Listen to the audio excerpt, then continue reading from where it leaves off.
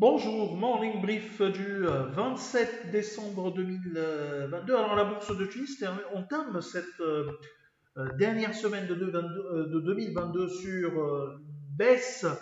Il s'agit d'une série de 5 baisses consécutives pour le Turindex, pour le principal indice de la bourse de Tunis, qui a accusé un léger repli de 0,09%, réduisant ses gains annuels à 14,50% depuis le début de l'année, depuis le 1er janvier 2022, dans des volumes qui sont modestes, hein.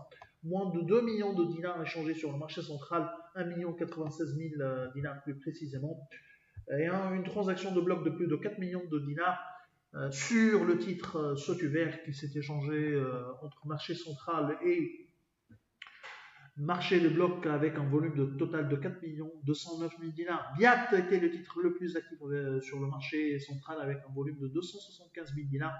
160 000 dinars échangés sur Somacer. Pour ce qui est des principaux écarts de la journée, on a un Smart Tunisie qui gagne 5,98%, 4,32% de hausse pour Skip. Tuninvest Sicar qui avance de 4,23%, 4,20% de gain pour Office Pass et Electrostar qui a avancé de 3,85%.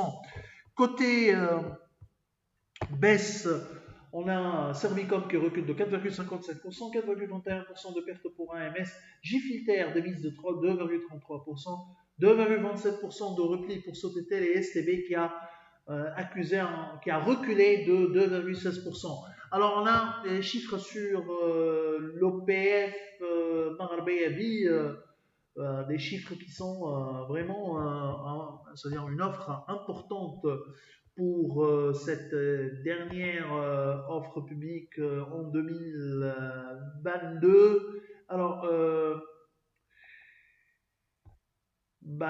l'OPF aurait été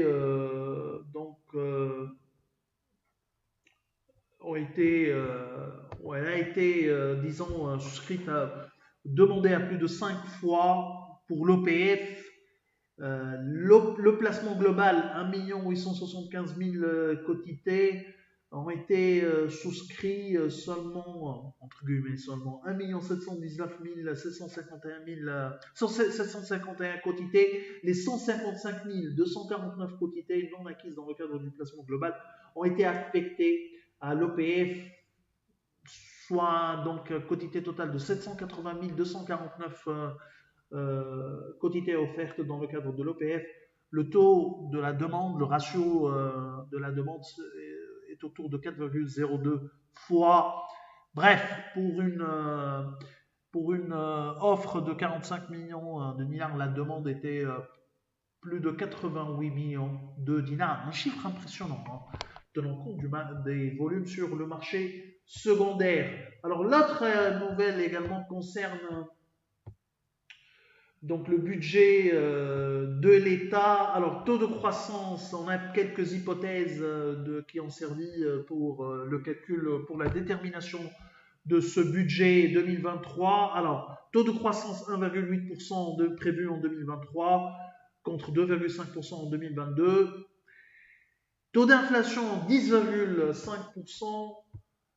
Alors que l'inflation moyenne en 2022 était, selon le calcul du gouvernement, 8,3%. Baisse du budget de subvention des hydrocarbures autour de un peu plus de 25%.